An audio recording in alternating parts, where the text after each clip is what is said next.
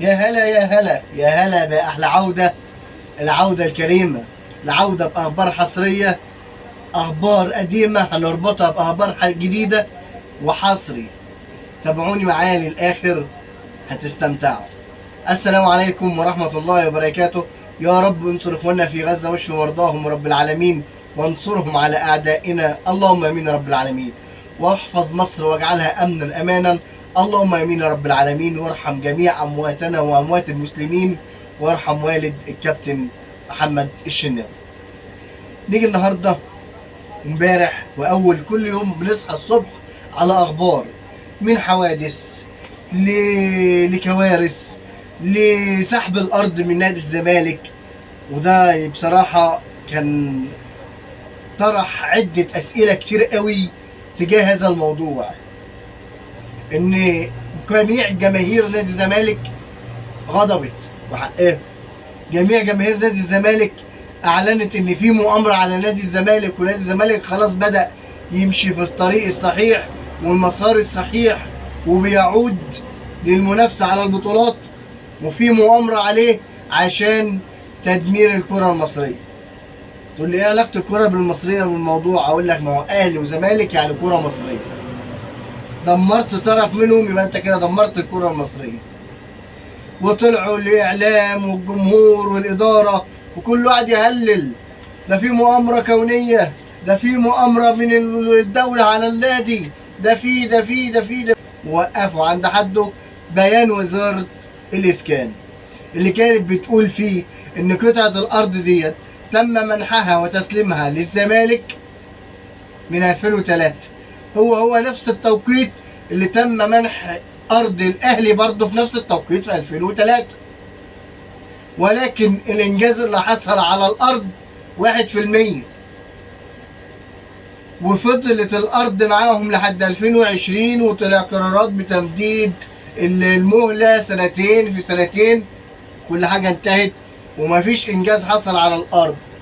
الدوله تاخد ارضها تستفيد بيها في حته تانيه، بقى لها 25 سنه مرهونه وما اندفعش حاجه وما اتبناش فيها حاجه واحنا محتاجين. من هنا اقدر اناشد اداره نادي الزمالك اللي طالعين عمالين يهللوا ويقول لك في مؤامره علينا لتدمير الزمالك.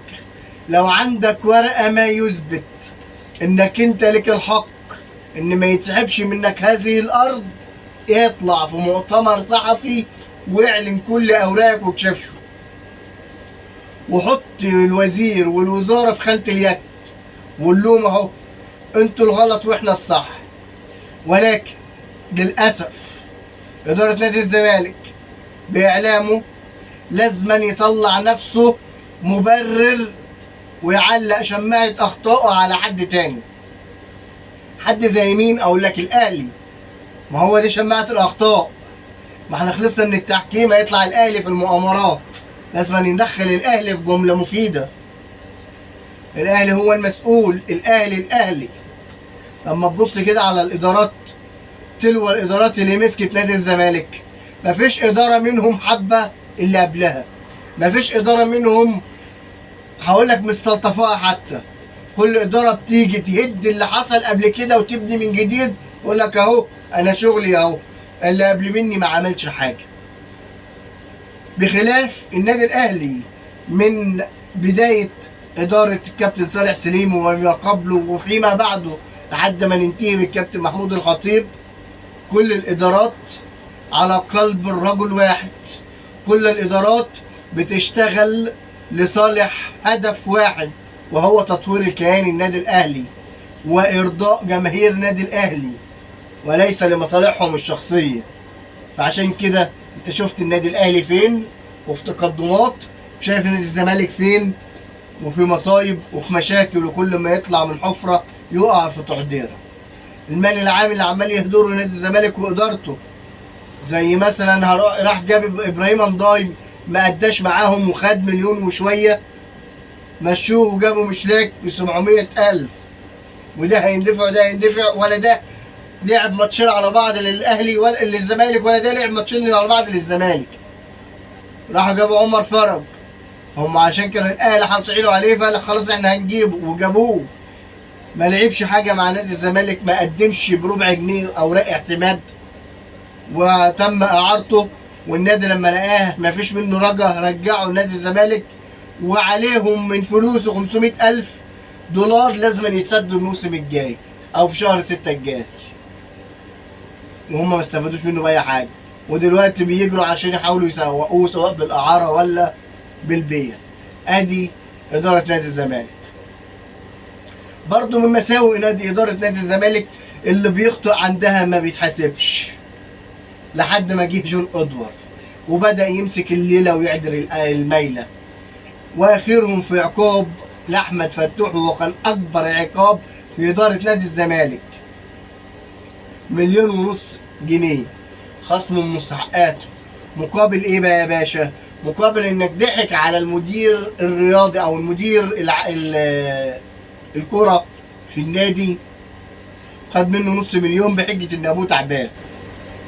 ولكن احمد فتوح بيعود وبقوة وبيفاجئ وبيدهش المدرب فيريرا، ولكنه قاعد بقاله شهر من التدريبات او من الكورة، بيقدم مستوى رائع في التدريب الاخير، اللي خلاه لفت نظر المدرب وقعد معاه جلسه وقال له لو فضلت على المستوى ده اضمن لك انك هتلعب اساسي عن بنتايج نفسه، وممكن اشوف لك مركز جديد في نص الملعب. نيجي هنا للاهلي. الاهلي وضحايا الحرب اللي بتحصل في الاهلي. تقول لي حرب؟ بقول لك ضحايا كولر العنيد. كولر اللاعب اللي بيجي من اداره نادي الاهلي بدون موافقه كولر او موافقه وكيله او عن طريقه وطريق وكيله، بيتم العناد قصاده، بيموتوا بالمعنى الحرفي كرويا. وعلى راسهم عمر الساعي. عمر الساعي اللي توهج مع النادي المصري طريق اعاره من النادي الاهلي، وجاب هدفين في اول 3 مباريات مع النادي المصري، جعل النادي المصري بيرتب على الدوري رقم 1. سبب من الاسباب يعني، ده بسبب فوائد من النادي. ماشي معاك، فعمر بان في الموضوع. مش معنى ذلك ان عمر جاب هدفين وعامل اداء رائع مع المصري يبقى كده خلاص هرجعه النادي الاهلي. لا، عمر لو استمر في فتره اعارته على المستوى ده، بل بالعكس وزاد، اضمن ان هيبقى موجود في الاهلي بديل لقفشه. تقول لي قفشه؟ اقول لك قفشه على اعتاب رحيله من النادي الاهلي، وعمر الساعي هو بديله، بشرط لو فضل في وضعه ومهاراته وتطوراته اللي هو الوهجان اللي هو فيه. فالنادي الاهلي دلوقتي بيسعى انه يضم توفيق محمد، اللي تقريبا اوشك كل حاجه ومضى مع النادي الاهلي انه هيبقى موجود في الانتقالات الجايه مع النادي الاهلي، وتقريبا خد اول مرتب من مرتبه او خد منحه تعاقد. بس هنا بعد ما توفيق محمد خلص مع النادي الاهلي وقع في ورطه. ايه هي؟ انه هو قبل ما كان يخلص مع النادي الاهلي كان المفروض كان يخلص مع نادي الزمالك، لانه كان تم التفاوض مع نادي الزمالك ومضى على العقود مع نادي الزمالك، ومضى على 4 نسخ، وكان رايح ومرعوب لإدارة نادي الزمالك تعمل معاه الجلاش، تلبسه في الحيط، تدفعه غرامة او تضغط عليه فيضطر انه يتنازل عن عقده مع النادي الاهلي ويروح نادي الزمالك غصب واقتدار. ولكن فوجئ بحسن المعاملة، فوجئ باسلوب تاني خالص، فوجئ باسلوب هو الاشمل والمعنى الاشمل له دعاية واعلان وعهد جديد مع الزمالك، مش مع ادارة الزمالك، مع جون ادوار. جون ادوار اللي ماسك كل حاجة دلوقتي. توفيق محمد راح له، الوضع عنده 1 2 3، وانا مكاني في وجود فتوح وبنتايج ممكن ما شاركش، لكن في الاهلي مفيش غير محمد شكري ووارد اني اشارك. فبستاذنك، عاوز عقودي عشان انا مضيت مع النادي الاهلي. جون ادوار رحب بالموضوع، اداله العقود بتاعته، وانهى كل حاجه مع نادي الزمالك. توفيق محمد. نيجي هنا لوسام باشا. وسام باشا اللي رايح نادي البطولات. وسام باشا لما اتسأل ايه حبك انك تيجي كولومبوس الامريكي، طبعا قال لك ايه؟ نادي بطولات. انا بحلم ان اخد كل البطولات مع نادي الكامبوس الامريكي السنه دي. وفوجئ ان نادي من مواليد 93، نادي انشئ 1993، في على مدار ال 30 سنه ولا ال 32 سنه حصل فيهم على 5 بطولات، 3 دوري وواحد كاس امريكا، واحد زي مثلا كاس الرابطه كده ولا حاجه، وكل 5 6 سنين ياخد بطوله. بيضحك على نفسه ولا بيضحك على الاعلام ولا بيضحك على مين بالظبط؟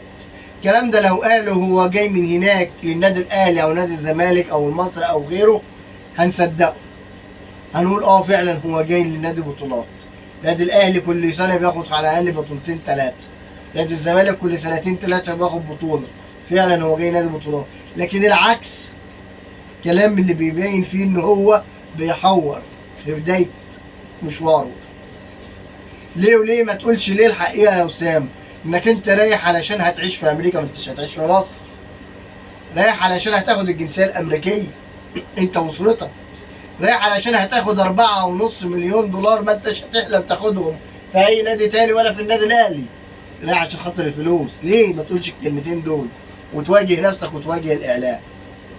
المعلومه اللي هنا القديمه اللي انتوا عارفينها ان نادي كولومبوس بعت ال4 مليون دولار للنادي الاهلي، وبناء عليه الاهلي بعت البطاقه الدوليه بتاعت وسام ويقدر يشارك مع النادي بتاعه بألف سلامه وبألف خير. لكن الجديد هنا ايه؟ ال4 مليون دولار مش هيخشوا خزينه النادي الاهلي، او بمعنى هم دخلوا ولكن مركونين على جنب.